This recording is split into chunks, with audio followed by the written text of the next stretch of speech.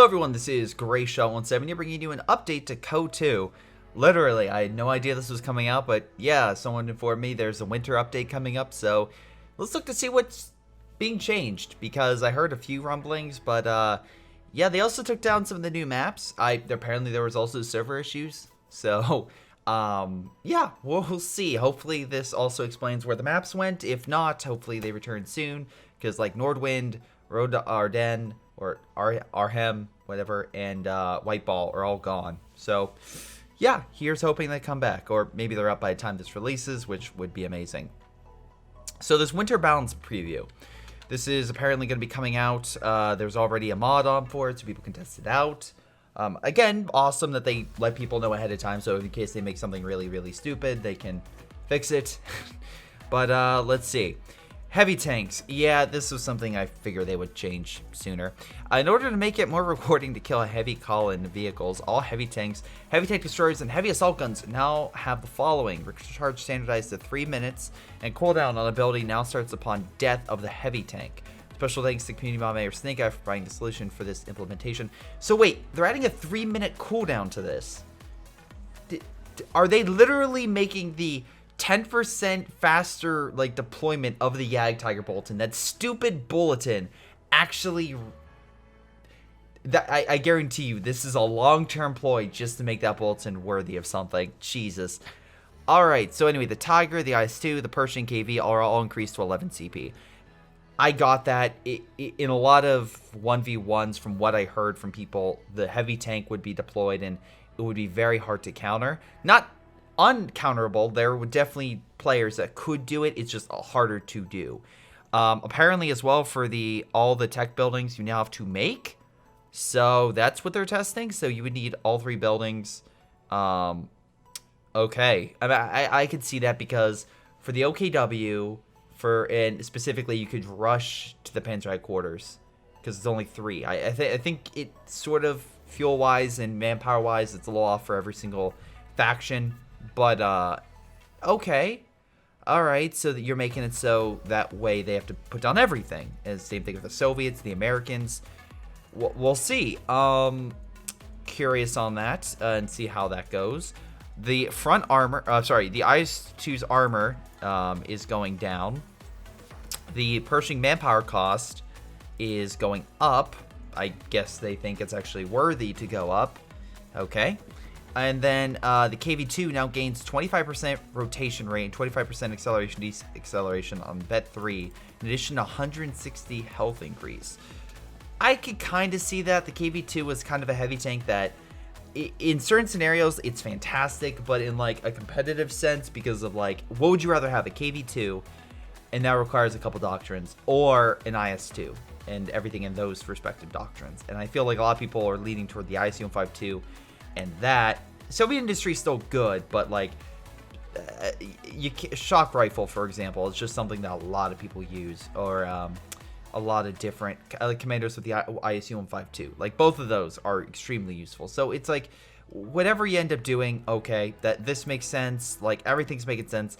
I'm curious though, as if this is meant to lengthen the time of the heavy tank. Isn't that just counteracting everything that was changed in the last one? But whatever, that's fine. At least that they are fixing that, so you're still not getting your 15-minute Tiger, and they're not doing that, but we'll see how things go. Well, hopefully, again, we'll see how this implementation goes. Hopefully, again, delays the heavy tank and allows lighter stuff to be more relevant early on.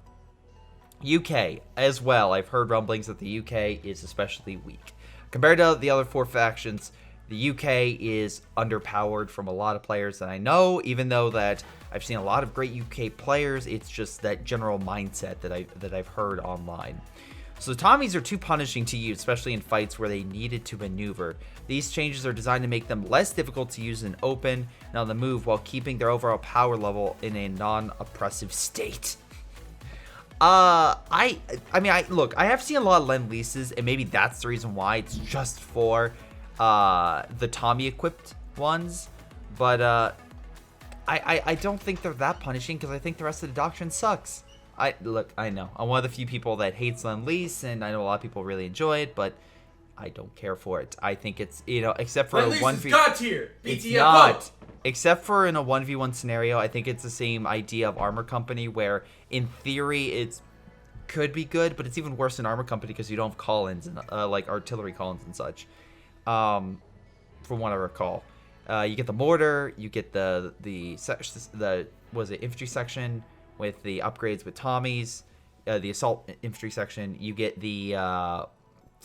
essentially the Wolverine reskin, and you get like a couple other things, but it's a half track, I believe. But it's all stuff from like, yeah, in a 1v1 I can see it, but in a 4v4 when people use it, it's not gonna, you're not gonna work long term. You just don't have those special abilities. Sure, you can manage it with your base army, but you don't have like the special stuff like a crocodile, airstrikes, like just a lot of the higher tier stuff that really keeps you in the game. But in any case, additionally, in order to give the UK an easier time to circumvent enemy static defenses, makes sense, the Pyrotechnics Upgrade has received an off-map smoke barrage. That is very, oh my god. That is very good, because if you can drop in smoke, holy mackerel, that you can get through a lot of MGs. I could see that working. I can, because that helps navigate MG defenses and whatnot. So yeah, I think that's a positive, I would say. And the Pyro Smoke Barrage is 25 munitions, not too bad. Same range as Pyrotechnic Artillery, so it's actually pretty damn far. Smoke comes off map as a global cooldown, recharge shared across all squads. So again, now it's something that all your squads can just massively call out. You can't have like 5 smoke barrages coming on in, it's just 1. That's good. Lend-Lease Regiment Assault Section Upgrade removed. Okay, interesting. Very, very interesting. Well, we'll see. Anyway, Assault Infantry Section. In order to give the UK more starting build options, as well as giving them an early game on urban and close range, Assault Sections reworked as a separate call-in squad. So now an infantry call-in is 280 manpower for 0 CPs. Automatically starts at 5 men. Not affected by bolster 1. Target size 1. Equipped with 5 Sten stock. Okay, sure. Why not? I mean, we'll see how this goes. If you're, and again, from down here now, let's see, tank hunter infantry section now automatically starts with 5-man squads. Okay, well, again, we'll see. We'll see how this goes. They're really changing the UK. Assault officer. Previously it was air landing officer. The Brits lack a dedicated close quarter squad. In order to migrate this somewhat, we have repurposed the underused air landing officer into an offensive utility option for this period of the game. So they're getting a close range unit. That's not the Royal Engineer. This should give the Brit player the ability to handle close quarter situations without turning them into a close range powerhouse. Again, this is now being available at the platoon command post, limited to just 1. So similar like a lieutenant or a captain. Gains additional 5th squad at vet 2. Receives accuracy, alright. Now gains 30% weapon accuracy at vet 3. Holy shit. Removes smoke on retreat at veteran C3. Okay, that's fine. I mean, if you're gonna switch it out with that bonus, yeah, you're definitely increasing their damage. Bodyguard switch to Tommies with unsilenced Sten guns, some stats as commandos. Okay. Cost is 320 now, so that's still decently expensive, but not too bad. That's like Assault Grenadiers, right around that idea of cost. Heroic Charge now functions similar to Captain on Me in terms of functionality. Unit will sprint, 20% received. Oh, okay, I can see what they're doing with this. Not a bad idea. At least the British can't complain about not having close range men, and hopefully this leads people away from Lend-Lease. Hopefully. Yeah, okay. Again, that's good for close range. The British definitely need that because all their infantry section upgrades are essentially long range. Royal Engineers are fine, but they're not amazing close range. They're passable. So that works. That's fine. The following changes made the Wasp more effective in its role of challenging garrisoned MGs. Wasp upgrade increased armor from 5.8 to 7. Alright, British Medical Squad. With recent updates shifting UKF build orders move towards a varied roster of units, the average amount of infantry section with this healing upgrade has decreased, which can now give the UKF a hard time to deal with them. It makes sense if you're going to go with more Pyrotechnics. In order to give the UKF a more option of fully heal their squads, the Medic Squad has been added to their HQ. Thank God. Like, thank you for that. Again, if you're not going to have an ambulance for them, and the only way they can do is medical upgrades, it's going to be very time consuming. The fact you add medical squad back at base, Fine. Good. I like it. Okay. Sexton and Valentine. Valentine Supercharge Barrage no longer shares a cooldown with the regular Barrage. Cooldown. Valentine Coordinate Barrage is from 35 to 60. Okay. Okay. Not too shabby. Again, nice little bonus there for additional artillery. HQ Glider. The following changes have been made to balance out the removal of the air landing officer. So the HQ Glider, this is the thing that would call in, and you would get the air landing officer, and you deploy commandos and a medic squad, plus a retreat point. Retreat points immediately available without needing upgrades. Now spawns with 3 medics upon landing, so you automatically get the medic team. Medic and air landing officer removed from the unit, so again, it just has native medics. Always spawns a squad of commandos on deployment and costs 450. So essentially, it's a 4 retreat point you can deploy, plus you get commandos. Not a bad upgrade. Not bad. The ML20 population has been decreased. I have to assume that's because no one really uses the Soviet ML20. I don't see as many of them. So that's a nice little bonus for him. Conscripts. Too efficient. Okay. Reload cover bonus has been removed. Okay. That's... Yeah, they are pretty damn powerful, so I understand that. But the guards are apparently underperforming, so they're decreasing cost. Airborne guard strafe has been decreased. And PPSH upgrade now, it grants tactical assault ability similar to paratroopers and storm troopers. Yeah. Again, for those who don't know, the PPSH upgrade was already... I mean, like, these things are already damn good. I feel like people just didn't use them because they're like, oh, I have to go with this... others, like I have to get the SVTs for my conscripts and like focus on them. Why would I get these airbornes even though they're already great for close range? So yeah, I feel airborne guards are probably the thing that's gonna be most abused after this, but that's just me thinking about this. Like, yeah, once people realize it's actually a good unit and they just buffed it up even more, it's gonna be used quite a bit. For Mother Russia, I've heard about this for literally months now. They're gonna remove the sprint when in combat. Okay, I get it. They literally eat people, so you want to stop them from doing that. Fine, I understand. Soviet HQ, medical radius has been increased. Let's see, the USF airdropped combat group is increased, so yeah, that's okay. We also have added 1 additional second to delay before the plane arrives for the cluster bomb.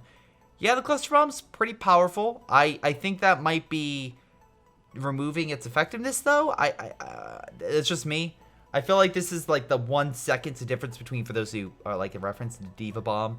The original Diva Bomb, it didn't fire fast enough so people could easily dodge it, and I think reduced it by just a very small increment, and it like changed everything. Now made Diva like one of the best players. So I feel like it's this where that 1 second could seriously reduce its combat effectiveness. Again, if someone's not paying attention, it's gonna hit, but I feel like that extra second is gonna allow a lot more troops to make it out. Anyway, grenade package unlock, manpower cost 150 to 100. Okay, more grenades, great. OKW, medic, increased range. Sturm Tiger, now a passive grenade ability.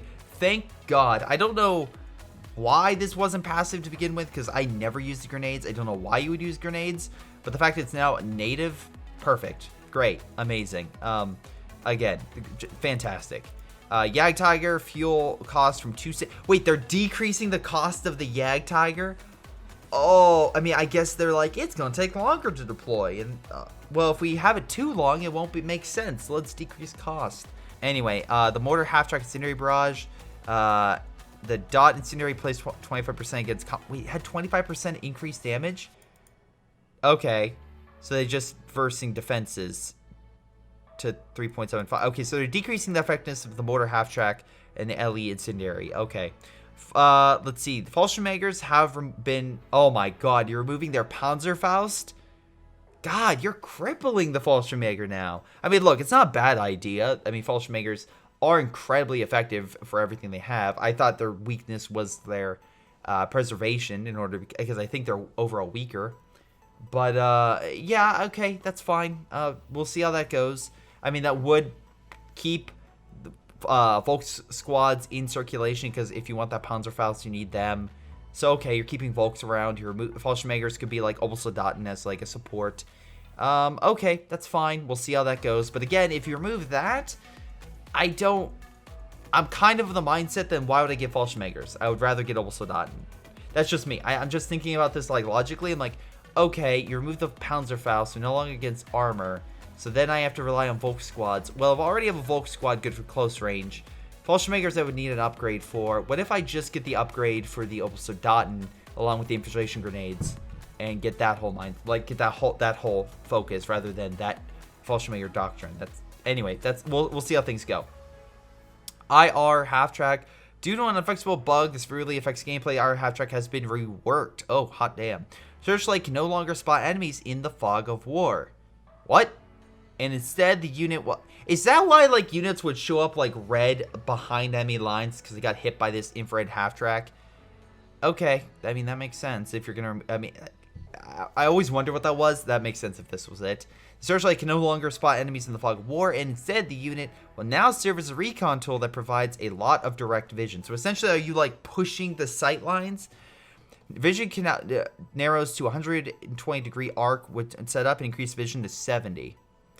Alright, new ability detection, spots nearby units and half-track mini-map for 30 seconds. Okay, fuel costs been increased as well. So essentially it just shoots the fog of war out, I assume. Also, I'm seeing another thing.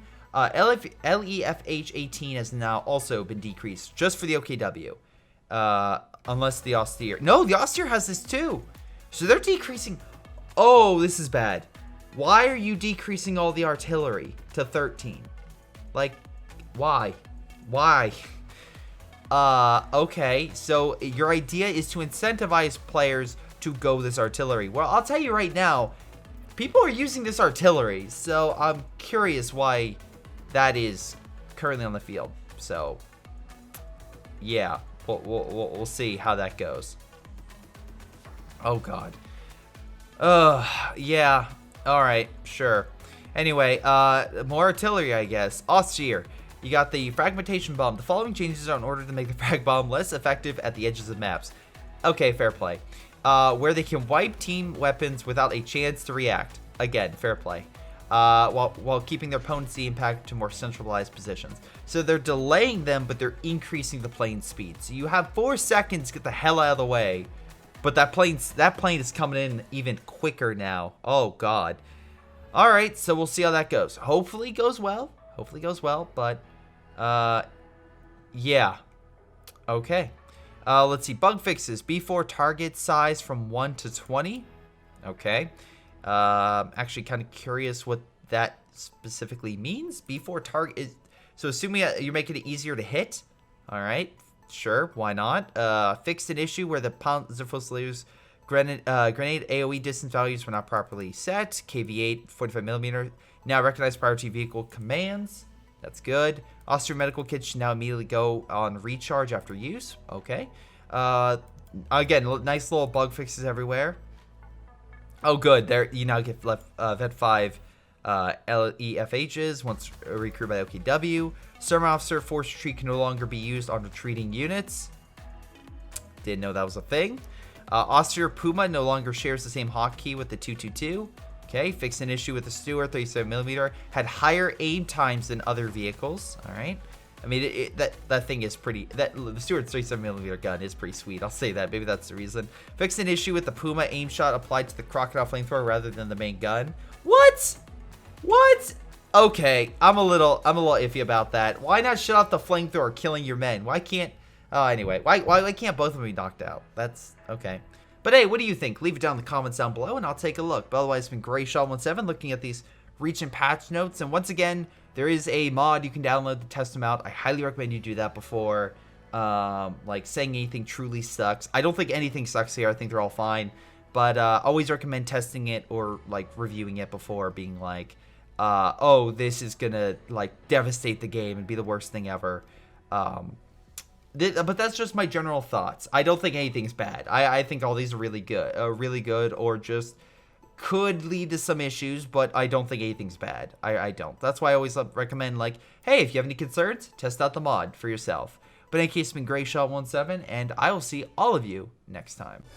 Hello everyone, this is Greyshot. Before I go, I want to give a special shout out to Patreon supporters Josh, Milam, Joey G240, Just Thomas Plays, Spartycus, Rifle, JrChicklis, Pyro Ollie, Ace, GTA, and Jakub Osweight. Thank you all for your incredible support. This has been Greyshot17 and his amazing patrons, and I'll see you all next time.